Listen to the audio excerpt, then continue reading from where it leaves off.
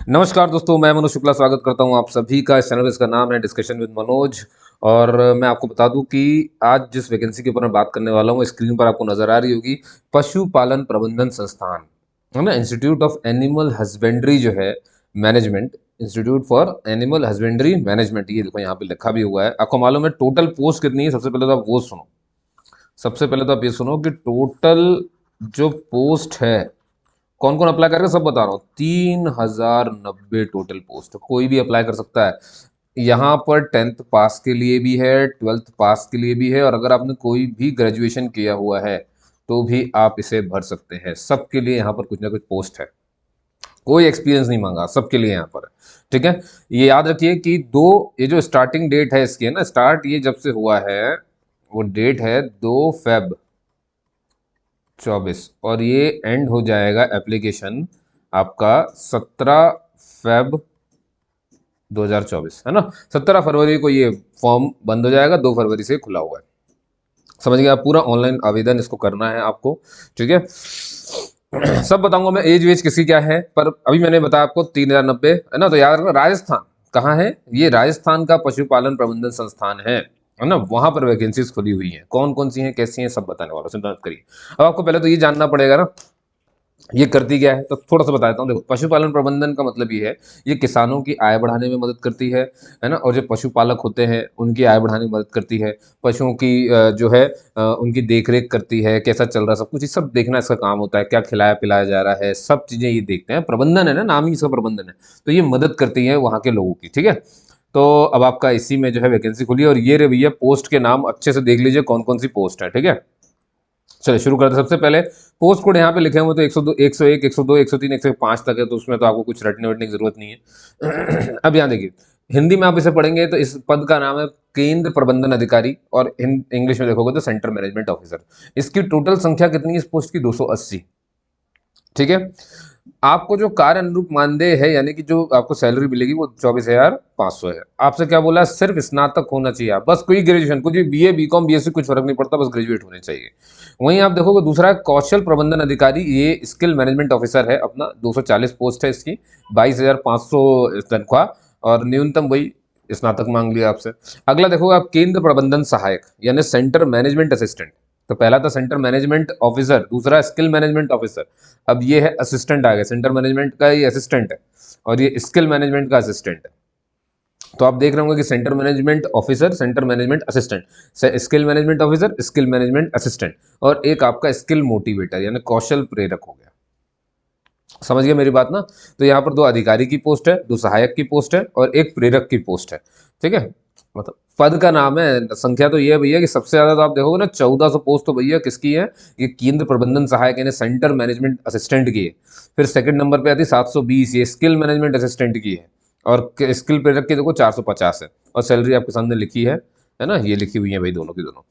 अच्छा, सहायक जितनी भी है, चाहे ये 103 वाला हो, ये वाला है ना। अब जरा पेन ले लिया जाए, एक सेकंड। ये पेन पेन पेन ये रहा। अब यहाँ देखो, ये जो दो अपने सहायक हैं, इनको अगर आप ध्यान से देखोगे तो दोनों को सिर्फ 12वीं मांगा गया है, दोनों को 12वीं, है ना। देखो, जहां पर ऑफिसर लिखा हुआ है, बनी बात है, वहां पर ग्रेजुएशन चाहिए आपको। जहां पर असिस्टेंट लिखा है वहां पर सिर्फ 12वीं मांग लिया गया है। सैलरी आपको ये दे रहे हैं, ये उठा करके। स्किल मोटिवेटर के लिए यहाँ पे 18,500 है, 450 पोस्ट है, और 10वीं मांगा है यहाँ पर। तो मैंने आपसे कहा था ना, देखो कोई कहीं पर भी कहीं इसके बारे में नहीं, उन्होंने कहा कोई एक्सपीरियंस नहीं चाहिए, तो कोई भी भर सकता है भैया। तो ये बड़ी अच्छी अपॉर्चुनिटी है। फीस वगैरह सब बता रहा हूँ, एज ही बताने वाला हूँ मैं, अभी चिंता मत करिए, है ना। अब देखो, संस्थान में एक से अधिक अगर आपको पदों के लिए अप्लाई करना है, तो उन्होंने ये भी कह दिया कि आप उसके लिए अगर है तो आपको अलग अलग ऑनलाइन फॉर्म आवेदन करना है। जैसे मान लो ये कोई ये चाहता है कि भाई मैं ये स्किल प्रेरक भी भर दूं और मैं ये भी भर दूं, तो क्या है कि एक ही फॉर्म से दोनों पोस्ट नहीं भर पाओगे। ठीक है ना, एक फॉर्म से एक ही पोस्ट भर पाओगे। तो आप क्या करो, 2 बार फॉर्म भर दो। एक बार आप भर दो, मान लो आपको, मैं बता रहा हूँ ना, अगर आपको तीनों के लिए अप्लाई करना है, कि आप चाहते हो कि मैं अधिकारी के लिए भी अप्लाई कर दूं, सहायक के लिए भी और स्किल के, तो 3 बार फॉर्म भर दो आप। समझ गया मेरी बात? अलग अलग फॉर्म होने चाहिए, फिर अलग अलग फीस भी लगेगी। फीस कितनी हो अभी हम देखेंगे। चलिए, अब आती ही बारी कि भाई सर आयु की सीमा कितनी है। देखिए, दोनों जो अधिकारी जो पोस्ट है अपनी, उसकी आप आयु सीमा देखो 21 से 45। ठीक है, तो मिनिमम एज जो यहाँ पर लिखी है वो 21 है, और जो मैक्सिमम लिखी है वो 45 है।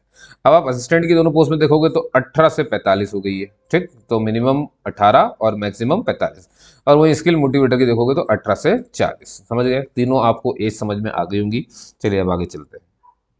अब बारी आती है कि भाई इनकी फीस क्या है। तो मान लीजिए अगर मैं अधिकारी की पोस्ट भरता हूँ, अधिकारी की ये पोस्ट भरना चाहता हूँ, तो आपको 850 रुपये देने पड़ेंगे। कोई छूट मिलेगी नहीं, ये साफ साफ लिखा है सभी वर्गों के लिए, यानी ST SC इससे कोई मतलब नहीं है, सबको 850 रुपये देने हैं। ठीक है सर, असिस्टेंट के लिए कितना, 100 रुपये कम कर दो, 750 रुपये देने, और सबको देने भाई, सभी वर्गों के लिए साफ साफ लिखा हुआ है ना। स्किल मोटिवेटर के लिए कितना, उनके लिए भी 750 ही है। ठीक है, तो 850 अधिकारियों के लिए, 750 असिस्टेंट के लिए, और 750 स्किल मोटिवेटर के लिए। अंतिम जो तिथि है मैंने आपको बताई दी, 17 फरवरी है, वो भी 5:30 तक, तो वहां तक रुकना नहीं है, आपको पहले ही उसे भर डालना है। ठीक है, अच्छा अब देखिए ये जो पन्ना है ना, ये मैं PDF आपको दे रहा हूँ। ये जानते हैं क्या है, ये बताएगा, जैसे मान लीजिए आपने अधिकारी की पोस्ट भरी, तो आपकी क्या क्या जिम्मेदारियां हैं। तो ये आपको समझा देगा कि जैसे देखो, मैं एक का पढ़ देता हूँ। जैसे संस्थान द्वारा पशुपालकों, जो संस्थान, ये जो संस्थान है जिसके जिसके अंदर ये भर्ती होने जा रही है, ये क्या, इसके द्वारा जो पशुपालक हैं, जो पशुओं को पालते हैं, पशुपालकों तक पशु उत्पादों को, ये देखो जरा, जो पशुपालक है ना, आपको क्या करना है, संस्थान क्या करती है, कुछ प्रोडक्ट बनाती है पशुओं के लिए, तो पशु उत्पाद लिखा हुआ ना, पशु उत्पादों को क्रय विक्रय कर उच्च गुणवत्ता वाले उत्पाद को किसानों तक उपलब्ध कराना। समझ गया ना, जो पशु उत्पाद हैं, पशुपालकों के द्वारा जो भी पशु उत्पाद बनाए जा रहे हैं, जो भी उनका क्रय विक्रय खरीद बिक्री, ये सब आपको उच्च गुणवत्ता वाले उत्पाद जो हैं, ये सब आपको किसानों तक उपलब्ध करवाना है। ये आपका मतलब देख रेख करनी है, ध्यान देना इस बात पे। केंद्र प्रबंधन अधिकारी द्वारा क्या होगा कि देखो, न्यूनतम 1000 पशु आहार पैकेट की प्रति माह क्रय विक्रय कराना अनिवार्य है। ठीक है ना, मतलब आपको 1000 के आसपास जो पशु आहार खाती है ना, जो पशु खाते हैं, तो ऐसे 1000 पैकेट आपको विक्रय करवाना है, या तो क्रय हो या तो विक्रय हो, कुछ भी हो, या वो करवाना ही करवाना है। बात समझ में आ गई है ना। और एक पैकेट 50 किलोग्राम का। ठीक है, ये आप अंदर जाओगे ना तो और समझ में आएगा, चिंता मत करो। पर ये मैंने आपको समझाया है ये कैसे कहते हो। कभी संस्थान के जो कैल्शियम कैन है, उसका प्रतिमा क्रय विक्रय करवाना पड़ेगा आपको, है ना। ये ध्यान रखना है। लाभ क्या है इसमें, देखो संस्थान का भी जो भी लिखा है, फिर इसका लक्ष्य क्या है, लक्ष्य आपको समझ में आ जाएगा। ठीक है, कुल मिलाकर के आपको ये प्रबंधन संस्थान क्या करता है वो बताया गया। तो अब मान लो अगर आपने कौशल प्रबंधन अधिकारी चुना, तो फिर आपकी जिम्मेदारियां ये है ना। फिर आप ये सब पढ़ लेना, आराम से पढ़ना। ठीक है, अब मान लो आप सहायक चुनते हो, तो भाई केंद्र प्रबंधन सहायक का काम क्या है, अपने ऑफिसर की मदद करना, वही क्रय विक्रय सब वही का वही लिखा हुआ है, चिंता मत करिए। ठीक है, ये रहा। और एक प्रेरक की जिम्मेदारी ये रही भैया कि कौशल प्रेरक जो है ना, वो ग्रामीण युवाओं को संस्थान द्वारा चलाए जा रहे कौशल विकास कार्यक्रम के लिए जागरूक करे। अरे मोटिवेटर हो ना आप भैया, स्किल मोटिवेटर हो, तो आप तो उनको मोटिवेट करोगे ना कि भाई जो भी हम विकास कार्यक्रम चला रहे हैं उसके बारे में आपको उनको बताना है, जागरूक करना है। कौशल प्रेरक जो है प्रतिमा 10 प्रवेश प्रशिक्षण के लिए ग्रामीण युवाओं को प्रेरित कर संस्थान में प्रवेश दिलवाना अनिवार्य है। तो ये आपका काम रहेगा। तो आपको मतलब मिनिमम 10 लोग को तो जागरूक करना, प्रवेश दिलवाना है कि भाई हाँ हम आपकी स्कीम से जुड़ चुके हैं, ऐसा इसका मतलब है। ठीक है ना। अब वो मत सोचो वो ईबीज वाला कि वो बुला बुला करके बड़ी बड़ी कहानी बताते हैं। ये सरकारी ईबीज नहीं है, ऐसा मत सोच लेना कि आपको वहां जा करके 10 बंदे जोड़ने, चेन जोड़नी है अपनी जा करके। सम लाइक दैट कि कुछ कुछ तो मतलब ऐसा है, पर ये सरकारी काम है ना, तो इसमें आप परेशान मत होना वहाँ पे। ठीक है, वो ईबीज वाले तो अलग ही है भैया, उनका आपने सुना होगा। ईबीज कभी भी आप देखना ध्यान से, ये बड़ी बड़ी अपने क्या बड़े बड़े लोग को बुलाते हैं, वो बड़े होते हैं भी कि नहीं पता नहीं, वो आके आपको ऐसा बताएंगे, मैं इतनी बड़ी गाड़ी में, मैं 10 साल पहले एक छोटी सी गाड़ी में वहाँ पे मतलब इतना मेरे पास पैसा नहीं था कि मैं हवा भरवा लूँ 1 रुपए की, मैं हवा फूक के टायर में भर देता था। फिर वो बताएगी कि मैं जो है फिर BMW का टायर आ गया मेरे पास, और अब मैं लोगों से फुकवा के उसको भरता हूँ।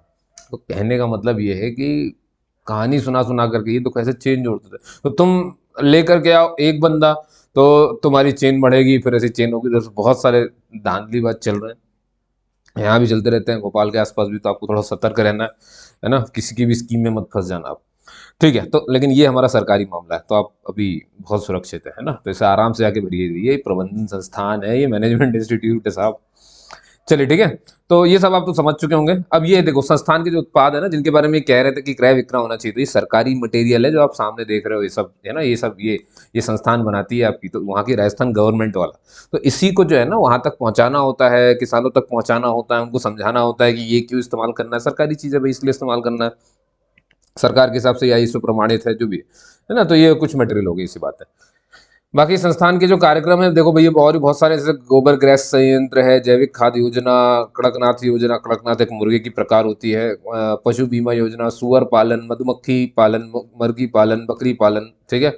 और इन सब के लिए योग्यता आप देख सकते हो, इनकी बहुत सारी स्कीम चलती रहती है ना। और रजिस्ट्रेशन शुल्क इनका देख लो आप कितना कितना क्या है, ऐसा है। तो वो तो फिर जब आप फॉर्म भरोगे, अंदर जाओगे, तो आपको खुद मालूम चलेगा। देखो मतलब 8वीं पास तक को जॉब है यहाँ पे, है ना, 10 दिन तक। और ये 5,000 रुपये प्रशिक्षण के लगेंगे आपके, ये सब है। और संस्थान द्वारा सब वहन किया जाएगा, अन्य खर्चा अगर कोई है तो प्रशिक्षण के लिए 5,000 रुपये लगता है, इतना पता। और देखो कितने दिन का प्रशिक्षण है, देखो जरा ध्यान से, 10 दिन का प्रशिक्षण दे रहे हैं, 7 दिन का दे रहे हैं, इतने में आपको सिखा देंगे ये कैसे क्या करना होता है ना। तो जैसे मान लो आपको भाई, अब कहीं जैसे इंसानों का बीमा तो लाइफ इंश्योरेंस वाले घूम रहे होते हैं, भाई बेचारे पशु का भी तो बीमा होना चाहिए ना, कभी उसका एक्सीडेंट हो गया तो उसका मुआवजा मिले, है ना। या मान लो उसको चोट लग गई तो उसका खर्चा कैसे वो निकालेगा वो व्यक्ति, तो उसका बीमा अगर है तो वो फिर क्या कहते हैं, लाइफ इंश्योरेंस उसका कवर हो जाएगा, समझ गए। तो इसके लिए आपको 7 दिन की ट्रेनिंग दे देंगे, 12वीं अगर आप पास है तो आप ये काम कर लेंगे।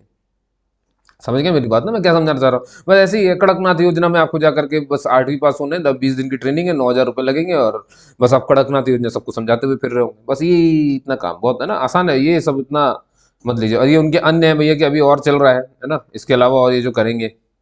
अब देखिए मैंने ऑनलाइन फॉर्म कैसे भरना है, तो ये वेबसाइट आप देख लो अच्छे से, एकदम ऑफिशियल वेबसाइट है, इस पर क्लिक करना और आप वहाँ पे पहुँच जाएंगे ना, अप्लाई ऑनलाइन पे, ठीक है। चाहो तो मैं यहीं पे, ये एक्टिवेट नहीं है यहाँ पर, ठीक है, कोई बात नहीं।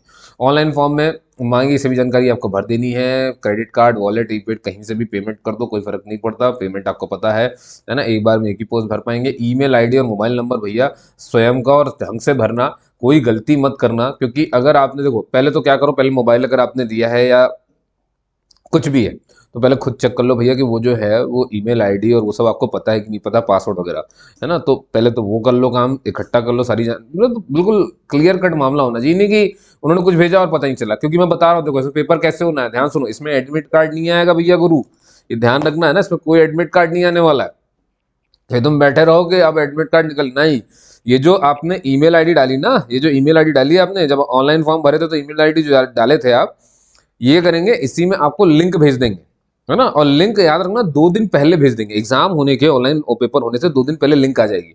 आपको कोई सेंटर नहीं मिल रहा है, इसीलिए कोई एडमिट कार्ड भी नहीं है, ये नहीं कि आपको कहीं जाना है कि कहीं कोई डिस्ट्रिक्ट में जाकर केंद्र वेंद्र चुनना, कुछ नहीं।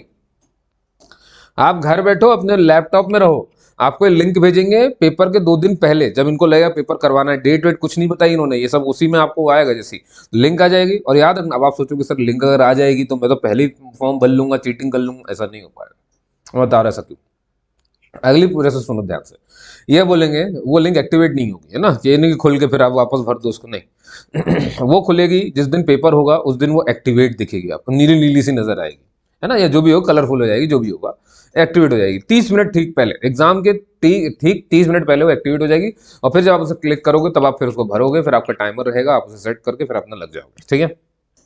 ये आपको ध्यान रखना, तो आप लैपटॉप से भी दे सकते हो अपने घर में बैठे बैठे, या कहीं कैफे में जा सकते हो, कहीं भी जा सकते हो, इसलिए पहले से अरेंजमेंट रखना। और क्या क्या रिक्वायरमेंट है इंटरनेट के, जैसे 4G इंटरनेट होना चाहिए, सब इन्होंने लिख के दिया है, गूगल क्रोम आपके उसमें होना चाहिए, विंडो जो है वर्ड Windows 7 कुछ ऐसा करके बोला है, मैं नीचे बताऊंगा, चिंता मत करिए, अभी तो मैं आपको निकली बात तो बोल दिया मैंने सारा कुछ, ठीक है। अब देखो फोटो हस्ताक्षर भाई बनी बात है, फोटो में सीधा देखना है, पीछे वाइट बैकग्राउंड रख लेना, जब सिग्नेचर डालते हो तो सिग्नेचर वाइट पेपर पे ब्लैक इंक से साइन करके उतना स्कैन करके डालना होता है, इतनी सी बात होती है, ठीक है। देखो ये देखो, पृष्ठभूमि कल बैकग्राउंड सफ़ेद होना चाहिए, बताया ना, हल्के रंग का होना चाहिए। और जो फोटो वो 6 माह से पुरानी ज़्यादा ना हो, ये सब ये देखिए छोटी छोटी बातें हैं। उसका साइज़ कितना होना चाहिए, 50 KB से 100 KB के बीच में होना चाहिए, JPG फॉर्मेट में होना चाहिए, बस बात खत्म हो गया, है ना। चश्मा उस्मा ना लगाए रहना कि दबंग का चश्मा लगा है तो ये हो गई दिक्कत, नहीं ऐसा नहीं। हस्ताक्षर वही 10 से 50 KB का होना चाहिए, JPG फॉर्मेट में होना चाहिए। जो भी आपके दस्तावेज हैं, जो भी आप अपलोड करने वाले हैं, 10वीं 12वीं की मार्कशीट, वो 100 KB से ऊपर ना होने पाए, 100 KB मतलब 100 KB से 200 KB के बीच में होना चाहिए, ठीक है। अब आपको अगर और कोई सामान्य जानकारी चाहिए तो वो यहाँ पर लिखी हुई है, ये इनकी वेबसाइट है।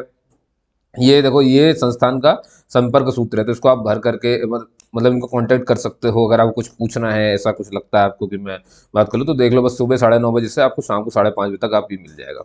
हाँ, अब लेकिन आवेदन संबंधित कोई समस्या के लिए आपको हेल्पलाइन इन्होंने पहले से दे दी है, ये नंबर नोट कर लो, अगर आपको लगता है कुछ भी आपको पूछना है, आप 9:30 से 5:30 तक ये फ़ोन उठाते हैं, इसी के बारे में बताते हैं। और अगर फिर भी लगता है कि नहीं कुछ रिटर्न में देना, तो इन्होंने अपनी ईमेल आईडी दी है, इसमें जाकर के मैसेज टाइप कर देना, है ना? और कोई भी चीज़ आपको समस्या लगे तो इसमें भेज दो, इसमें से भी पूछ सकते हो।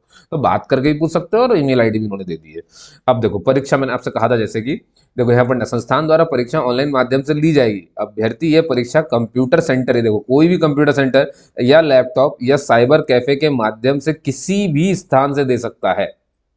ये बड़ी बात है इसकी। इस परीक्षा के लिए संस्थान द्वारा कोई भी परीक्षा केंद्र नहीं बताया जाएगा और ना ही कोई प्रवेश पत्र जारी किया जाएगा। तो ऑनलाइन परीक्षा का जो भी दिनांक संबंधी जितनी भी सूचना है, विज्ञापन की अंतिम तिथि से, देखो जैसे मतलब ये विज्ञापन है ना, इसकी जो अंतिम तिथि है 17 फरवरी है।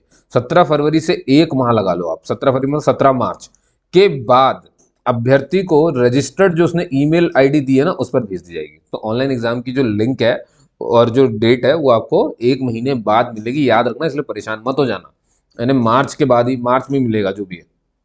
तब तक तैयारी कर लो भाई, मैं बताऊंगा सिलेबस क्या क्या पढ़ना है आपको, ठीक है। और ये देखो जरा, ऑनलाइन परीक्षा के लिए जो भी लिंक आएगी, ये देखो उनकी ईमेल आईडी पर परीक्षा की दिनांक से 2 दिन पहले, मैंने कहा ना, भेज दी जाएगा। और क्या होगा कि परीक्षा के आरंभ होने से, जब परीक्षा शुरू होगी उससे ठीक 30 मिनट पहले आपकी जो लिंक है वो एक्टिवेट हो जाएगी। और लिंक एक्टिवेट होने पर लिंक पर क्लिक करना है आपको अभ्यर्थी को, फिर औपचारिकता जो भी पूरी करनी है उसमें भाई क्या होगा कि आपको अपना एप्लीकेशन नंबर डालना पड़ेगा, जो भी आपने एप्लीकेशन किया था, और रजिस्टर्ड मोबाइल नंबर आपको उसमें डालना पड़ेगा, ठीक है। ये अपना याद रखना है आपको, ठीक है। डालने के पश्चात परीक्षा देने से पूर्व स्क्रीन पर आए आपको जितने भी इंस्ट्रक्शन है वो पढ़ने, दिशा निर्देश जो दिए रहेंगे वो पढ़ना है। और ये हिंदी और अंग्रेजी माध्यम दोनों का चुनाव, एक किसी का चुनाव कर लेना आप, उसके बाद उसमें अंदर जाकर के पेपर देना शुरू कर देना, ठीक है। अच्छा, अब यहाँ पर इन्हें साफ साफ बोला है, परीक्षा के दौरान यदि अभ्यर्थी का कंप्यूटर या लैपटॉप तकनीकी कमी या पावर फेलियर ये सब बंद हो जाता है तो उसकी जिम्मेदारी हमारी नहीं है, अब आप जानो, है ना, ये खत्म हो गया काम, इन्हें सौंप दिया आपके ऊपर। अब देखो परीक्षा का जो परिणाम है, परीक्षा के समाप्त होने के बाद लैपटॉप की स्क्रीन पर देख सकते हो, तो जो भी आपका नंबर आया ना वो देखोगे। ये नहीं पता चलेगा सिलेक्ट हुए कि नहीं हुए, नंबर आ जाएगा कि इतने में से इतने आ गए, ठीक है। अब जो रिक्वायरमेंट है आपकी नेट की वो देखो ध्यान से, कंप्यूटर पे क्या, डेस्कटॉप जो है आपके पास कम से कम विंडो 7 होनी चाहिए। अब आजकल तो विंडो लोग बाग 11 लेके घूम रहे हैं भाई, उससे ऊपर का भी चल जाएगा, तो इन्हें विंडो 11 चल सकता है। ब्राउजर गूगल क्रोम होना चाहिए आपके पास, इंटरनेट 4G स्पीड से चलता हो और कंप्लीट नेटवर्क सिग्नल हो, ये बातों का आपको ध्यान रखना है ना। अच्छा, परीक्षा का जो परिणाम, अब ये मैं बताता हूँ, देखो दी गई परीक्षा का जो परिणाम है, परीक्षा के सबमिट होने के बाद कंप्यूटर लैपटॉप के स्क्रीन पर आ जाएगा। अभ्यर्थी द्वारा परिणाम का प्रिंट लिया जा सकेगा, तो प्रिंट निकाल लेना आप। किसी कारणवश अभ्यर्थी के द्वारा कंप्यूटर या लैपटॉप की स्क्रीन पर परीक्षा का परिणाम नहीं देख पाता है, मान लो अगर नहीं आता है, तो ऐसी स्थिति में अभ्यर्थी अपने रजिस्टर्ड ईमेल पर परिणाम देख सकता है। तो मतलब कुल मिला के आपके ईमेल आईडी में भी पहुंच जाएगा वो सब कुछ। अब देखो ये नोट पढ़ जाना है, परीक्षा की समाप्ति पर, जैसी परीक्षा समाप्त हो जाएगी तो आपने अपना रिजल्ट तो देख लिया, कितने नंबर आए ये पता चला आपको। अब देखो, अब क्या हुआ, 24 घंटे के अंतराल में अभ्यर्थी के रजिस्टर्ड ईमेल आईडी पर उसका परिणाम भेज दिया जाएगा, ठीक है ना। मतलब कुल मिलाकर के 24 घंटे, एक या तो वहीं के वहीं देख लोगे, सामने नहीं मिला तो भी 24 घंटे में तो आपको मिल ही गया। अब जितने लोग चयन हुए होंगे, तो देखो सर्वप्रथम अंतिम तिथि तक प्राप्त सभी आवेदन पत्रों की जांच की जाएगी, जितने भी उन्होंने वो किए थे। ऑनलाइन परीक्षा में सफल रहे अभ्यर्थियों को, देखो फिर से क्या बोला, ईमेल के द्वारा कार्य के संबंध में आपको सबसे पहले ना, ये जैसे आप सेलेक्ट हो ना, तो आपको ये अनुबंध पत्र भेजेंगे भाई, ये बहुत इंपॉर्टेंट, बहुत ध्यान देना, अनुबंध पत्र भेजा जाएगा। अनुबंधन है कि आप हमसे अब बंधना चाहते हो, जिसे अब करना क्या, आपको ये अनुबंध पत्र पहले तो प्रिंट निकाल लिया प्रिंट। अब अभ्यर्थी को क्या करना है, 100 रुपए के स्टाम्प पेपर पर नोटरी करवा कर, है ना, देखो 100 रुपए का आपको स्टाम्प पेपर लेना है, उस पर नोटरी करवा के उसको डाक के माध्यम से संस्थान के पते पर आपको भेजना होगा। बात समझ में आ गई। तो अनुबंध पत्र लेना है, 100 रुपए के स्टाम्प पेपर पर नोटरी करवानी है और डाक के माध्यम से उसे भेज देना है, ठीक है। संस्थान द्वारा कार्य के संबंध में अनुबंध पत्र भेजे जाने संबंधी संबंधित ईमेल में दिए गए सभी निर्देशों को अभ्यर्थी द्वारा अच्छी तरह पढ़, देखो जो भी अनुबंध पत्र भेजना है आपको उसको बहुत अच्छे से पढ़ लेना है, समझकर कार्य के संबंध में अनुबंध पत्र को फिर 100 रुपए के स्टाम्प पर नोटरी करवाकर संस्थान कार्यालय, ये देखो, में अंतिम तिथि तक भेजना आवश्यक है। यदि किसी अभ्यर्थी, अंतिम तिथि मतलब अब वो जब आपका तो रिटर्न तो हो गया, रिटर्न के बाद वो जो देंगे ना आपको डेट के, भाई जब आपको मेल भेजेंगे, आप सिलेक्ट हो जाओगे, अनुबंध पत्र भेजेंगे, तो उसमें लिखा होगा इस डेट से पहले पहले आप जमा करो, तो वो डेट आपको मेल पे आएगी, तो चिंता मत करो, यहाँ कुछ नहीं लिखा है अभी। यदि किसी अभ्यर्थी द्वारा गलत या अपूर्ण अनुबंध पत्र भेजा जाएगा तो गलत व अपूर्ण अनुबंध पत्र को संस्थान द्वारा निरस्त कर दिया जाएगा, व साक्षात्कार की सूचना नहीं भेजी जाएगी। तो भैया फिर आपका कोई भी इंटरव्यू नहीं होगा। कुल मिलाकर के आपको रिटर्न देना है, रिटर्न के बाद आपको अगर सिलेक्शन हो गया तो ये अनुबंध पत्र भेजेंगे, अनुबंध पत्र आपको 100 रुपये के स्टाम्प पर नोटरी करवा करके डाक इनके संस्थान कार्यालय में इनको भेजना है। सब कुछ जब सही रहेगा तो ही आपको इंटरव्यू के लिए बुलाएंगे, ठीक है। अब जिन अभ्यर्थी द्वारा संस्थान कार्य के संबंध में अनुबंध पत्र 100 रुपये के स्टाम्प पर करवाकर कार्यालय में भेजा जाएगा, केवल उन्हीं अभ्यर्थियों को साक्षात्कार के लिए ईमेल के माध्यम से बुलावा भेजा जाएगा। ये तो आप समझ गए होंगे मेरी बात। साक्षात्कार के समय अभ्यर्थी को पद के अनुसार मूल शैक्षणिक दस्तावेज, भैया मूल मतलब होता है ओरिजिनल, मूल मतलब क्या होता है बेटा, ओरिजिनल होता है। पहचान पत्र अपनी कोई भी, चाहे लाइसेंस हो, आधार हो, वैसे तो आधार सबसे अच्छी चीज है, या कोई अनुभव है आपको, वह इन सभी के स्व हस्ताक्षरित छाया प्रति, देखो ओरिजिनल भी लेकर के जाना है अपनी सारी चीजें, और फोटोकॉपी भी करवानी है सारी चीजों की, और फोटोकॉपी पे अपने हस्ताक्षर कर देना, तो उसको सेल्फ अटेस्टेड कहते हैं, है ना, हिंदी में कहते हैं स्व हस्ताक्षरित छाया, मतलब फोटोकॉपी प्रति प्रस्तुत करनी है। तो देखो मूल भी लेकर के जाना है और उसकी स्व हस्ताक्षरित छाया प्रति भी लेकर के जाना है। साक्षात्कार में सफल रहने वाले अभ्यर्थियों को कार्यशैली, रिपोर्टिंग व अन्य आवश्यक जानकारी के लिए 1 दिन का प्रशिक्षण दे दिया जाएगा, है ना भाई, कैसी कार्यशैली रहेगी, कब आपको रिपोर्टिंग करनी है, इसके लिए 1 दिन की मतलब जानकारी दे देंगे, जिसकी सूचना संस्थान द्वारा आपको अभ्यर्थी के रजिस्टर्ड ईमेल आईडी पर आपको मिल जाएगी।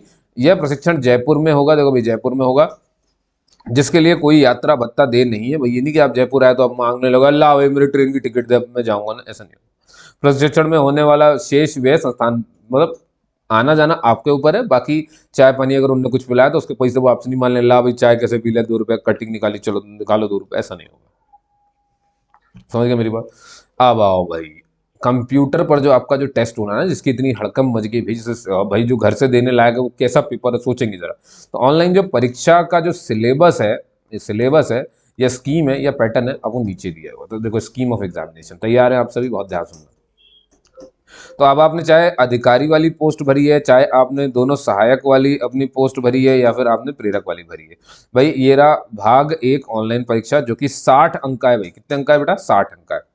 ये 60 अंक का है और टोटल 60 क्वेश्चन है, ठीक है, और 60 मार्क्स का है, ठीक है। 60 मार्क्स 60 क्वेश्चन, मतलब एक क्वेश्चन आपका 1 मार्क्स का है। और याद रखिए यहाँ पर कोई भी नेगेटिव मार्किंग नहीं है, नो नेगेटिव मार्किंग। इसीलिए, और इनने साफ साफ बोला है कि आपको सारा पेपर करना है, सब टिक लगा के आना है, मतलब अंधी धुंधी मचा दो चज्जो हो जाए। अब देखो तो विषय कौन कौन से पेपर में आएंगे, देखो पशुपालन आ गया, हिंदी आएगी, गणित आएगी, तार्किक क्षमता, रीजनिंग हो गई, समसामयिक घटना यानी करंट अफेयर, दैनिक विज्ञान यानी कि जो अपना रेगुलर साइंस का कुछ फैक्ट होता है वो आ जाएगा, कंप्यूटर के मूल सिद्धांत, वो तो आपको बेसिक जो फंडामेंटल्स होते हैं वो पता करने हैं। तो ये पूरा मिलाकर के 60 नंबर का ये आएगा। अच्छा इसमें कट ऑफ मार्क्स पहले ही दे दिया उन्होंने, 27 नंबर, ये जो है ना मिनिमम, इसे कहते हैं अपन मिनिमम क्वालिफाइंग मार्क्स, क्या बोलते हैं इसे, मिनिमम क्वालिफाइंग मार्क्स। और 40 मिनट मिलेंगे भैया, 1 घंटा भी नहीं, 40 मिनट के अंदर आपको ये सब करना है। 27 आ गए तो ही आप आगे जाओगे, नहीं आए तो नहीं जाओगे आप, ठीक है। तो ऑनलाइन परीक्षा के आयोजन की जो विधि है वो इस तरह से कि 60 आपको मल्टीपल टाइप क्वेश्चन दिए, ऑब्जेक्टिव है सारे के सारे, है ना, और एक प्रश्न 1 अंक का होगा, कोई भी नेगेटिव मार्क नहीं है, इसे सारा कुछ आपको करना पूरा अनिवार्य, पूरा पेपर करना पड़ेगा। उत्तीर्ण होने के लिए 45% अंक लाना जरूरी है, जिसको अपन कहते हैं 27 नंबर, जो ऊपर लिखा था वही है यार, उसको परसेंट बोल दिया बस, है ना। परीक्षा में क्वालिफाइंग मार्क्स में किसी भी प्रकार से कोई छूट नहीं है, ना कोई आरक्षण है, मतलब देख लो ये सच में एक ऐसा एग्जाम है जो शायद पूरा इंडिया चाहता है, जहाँ कोई आरक्षण नहीं, कुछ नहीं, है ना, कि भाई ये कैटेगरी वो कैटेगरी, आपने देखा कहीं पर ही मैंने ऐसे कोई बात करी कि इस कैटेगरी उस कैटेगरी, समझ गया ना, ये खुला है भाई, ये होता है एग्जाम, ऐसे ही होने चाहिए, हर जगह से आरक्षण हटाओ और ऐसा एग्जाम लो। देखो मतलब ये देखो प्रबंधन संस्थान को इस बात का ज्ञान है भाई। तो जानते हो ऐसे में क्या होगा, ऐसे में बिल्कुल काबिल लोग निकल करके आएंगे और इस पोस्ट को हासिल करेंगे, ये बात अच्छे से ध्यान रखना, ठीक है ना भाई। बनी बात है ना, जहां कोई वर्ग, अब बनी बात है, देखो क्या ये एग्जाम आपको लगता है कोई ऊंच नीच रखेगा, कोई ऊंच नीच नहीं रखने वाला। क्या इसको फर्क पड़ता है कौन क्या है, किसका सरनेम क्या है, कुछ फर्क नहीं पड़ता, सबको बराबर तोल देगा ये, यही तो चाहिए ना आपको, ये तो चाहिए ना समाज को, तो बस ठीक है। तो देखो ऐसे एग्जाम होने चाहिए, ऐसे एग्जाम होने चाहिए। अब देखो साक्षात्कार 40 अंक, तो हमें मालूम है ना कि भाई जब अपन हो जाएंगे तो फिर वो नोटरी वोटरी जो भी इसके बीच की कहानी है, उसके बाद जो आपका साक्षात्कार है वो 40 अंक का है। साक्षात उत्कीर्ण करने के जो न्यूनतम अंक है वो 18, मतलब देखो 40 में से अगर आप 18 ले आओगे तो आप इंटरव्यू में क्वालिफाई माने जाओगे, और वहीं 60 में से अगर आप 27 निकाल लोगे तो आप रिटर्न क्वालिफाई माने जाओगे, ठीक है, ये क्वालिफाई हुआ अभी सिर्फ। अब आओ तो सर सिलेबस क्या क्या पढ़े? पशुपालन तो आपने बोल दिया, देखो पशुपालन में आपको ये सब पढ़ना है। पशुपालन से संबंधित जो सामान्य जानकारी है वो पढ़ लो। पशु नियंत्रण एवं व्यवस्था प्रबंधन, कौशल विकास, ये सब पढ़ना है। ये 10 नंबर का आएगा भाई। फिर हिंदी में आपको पर्यायवाची समास, समास के भेद, विग्रह, सामाजिक पदों की रचना, मुहावरे, विपरीतार्थक शब्द, शुद्धि या वाक्यांश के लिए एक सार्थक शब्द, ये 10 नंबर का आएगा। तो हिंदी भी थोड़ी अच्छे से पढ़ लेना। गणित आपको मालूम है भाई, जैसे टाइम एंड डिस्टेंस हो गया, समय दूरी हो गई, परसेंटेज हो गया, प्रॉफिट लॉस, लाभ हानि हो गई, एवरेज औसत हो गया, सिंप्लीफिकेशन सरलीकरण हो गया, रेशो अनुपात हो गया, ये सब 8 नंबर का आएगा। ठीक। तार्किक क्षमता यानी रीजनिंग होती है, जैसे coding, decoding, number series, blood relation, direction sense test, और एक और क्या होता है एनालॉजी होती है। सिलॉजिज्म यहाँ पर है नहीं तो एनालॉजी पर ही है।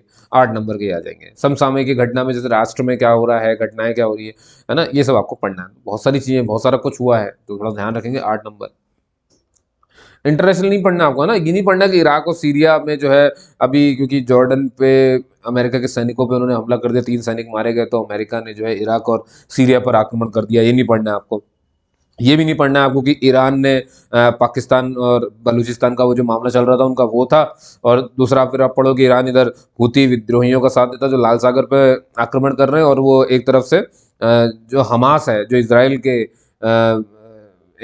के साथ जिनका पंगा चल रहा है, हमास वो जो फिलिस्तीन में आते हैं, तो ईरान, ऐसा नहीं, ये सब नहीं पढ़ना आपको, है ना। यूक्रेन और रशिया का वॉर नहीं पढ़ना आपको, समझिए। मैं जानता हूँ पूरा मध्य एशिया जो है इसी चीज़ से परेशान चल रहा है, युद्ध चल रहा है भयंकर तरीके से, पर कोई बात नहीं, आपको ये सब नहीं पढ़ा जाएगा ना। तो आपको याद रखना, आपको राष्ट्रीय रखना है। पढ़ो आप, नॉर्थ ईस्ट स्टेट पढ़ो, साउथ में क्या है वो पढ़ो, इधर उधर पढ़ो, सब इनमें क्या क्या चला वो पढ़ो। ठीक है। राज्य स्तरीय चीजें हो जाएंगी तो राज्य स्तरीय में बता दें। दैनिक विज्ञान में आपका मानव रोग, धातु अधातु, ये एसिड, ये सब मालूम है ना क्या है? ये ह्यूमन डिजीज हो गया, धातु अधातु हो गया, मेटल नॉन मेटल हो गया, अम्ल क्षार लवण, ये जानते हो ये सब क्या है ना। एसिड बेस एंड सॉल्ट, है ना। रक्त की संरचना यानी ब्लड का जो मैन्युफैक्चरिंग है, कैसे क्या हुई है वो समझना पड़ेगा। पदार्थों की अवस्था, स्टेट्स ऑफ मैटर कहते हैं इसको, है ना। स्टेट्स ऑफ मैटर, ये 8 नंबर जानते हैं। सब कहाँ है, 8वीं 9वीं की सिलेबस है ये पूरी। कंप्यूटर के मूल सिद्धांत भाई, इनपुट आउटपुट डिवाइस कौन सा होता है? जैसे अब भाई बनी बात है, अगर मैं यहाँ से, ये जो माउस होता है ये हमारा इनपुट डिवाइस होता है, लेकिन ये जो लैपटॉप या जो मोबाइल आप जिस पे देख रहे हो ना, वो आउटपुट होगा, आउटपुट दे रहे हो ना वो आपको, तो आउटपुट हो गया। तो बड़ी सिंपल सिंपल सी चीज़ें आपको इतना समझ में रखना चाहिए। ठीक है। एमएस ऑफिस आपको थोड़ा बहुत उसका ज्ञान देख लो, शॉर्टकट क्या होता है, क्या क्या दुनियादारी। कंप्यूटर का जो एब्रीविएशन है, जैसे कुछ शॉर्ट फॉर्म होते हैं ना, जैसे ये बना दिए कि भाई शॉर्ट फॉर्म इसका क्या, सीपीयू का फुल फॉर्म क्या, बहुत सारी चीज़ें होती हैं। कंप्यूटर का इतिहास थोड़ा सा पढ़ लेना कि भाई 5th जनरेशन क्या दुनियादारी, वो बहुत सारी चीज़ें हैं। 8 नंबर का ये हो गया। ठीक है। इंग्लिश में जिसको पढ़ना हो इंग्लिश में यहाँ पे पढ़ सकता है।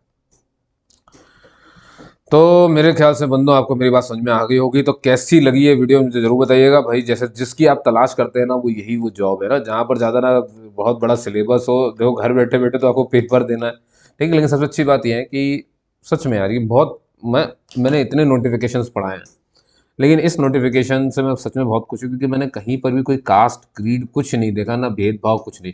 सबके लिए उतनी फीस, सबके लिए वो एक ओपन फाइट जैसा। मतलब ये जिसने भी इनिशिएटिव किया है, या ये जहाँ से भी जिसकी भी ये सोच है, वो एक शानदार बंदा है यार, वो एक शानदार बंदा है। चलिए दोस्तों, तो आज के इस नोटिफिकेशन को इसलिए मैंने इसको पढ़ाया है ना, मतलब बताया आपको। ठीक है। चलिए ना, जानकारी अच्छी लगी हो तो मुझे बताइएगा ज़रूर, है ना। और कमेंट करके आप बता सकते हैं। फिर भी अगर कोई डाउट रह जाए इसको लेकर के आपको, तो आप कमेंट करके मुझसे पूछ सकते हो यहाँ पे, है ना। पर मैं पीडीएफ आपको शेयर कर रहा हूँ, तो आप उसको पहले देख लेना, पहले देख लिया करो आप खुद भी। और फिर कोई चीज़ आप मुझसे पूछना चाहो तो बिल्कुल बेधड़क पूछो, आपका चैनल है, आप बेफिक्र रहो, है ना। ये बात आप अच्छे से समझ लें। ठीक है। तो मेरे ख्याल से हो गया काफ़ी आज के लिए, है ना। फिर मिलते हैं अगले किसी वीडियो में, है ना। तब तक के लिए जय हिंद, जय भारत, और अपना ख्याल रखें।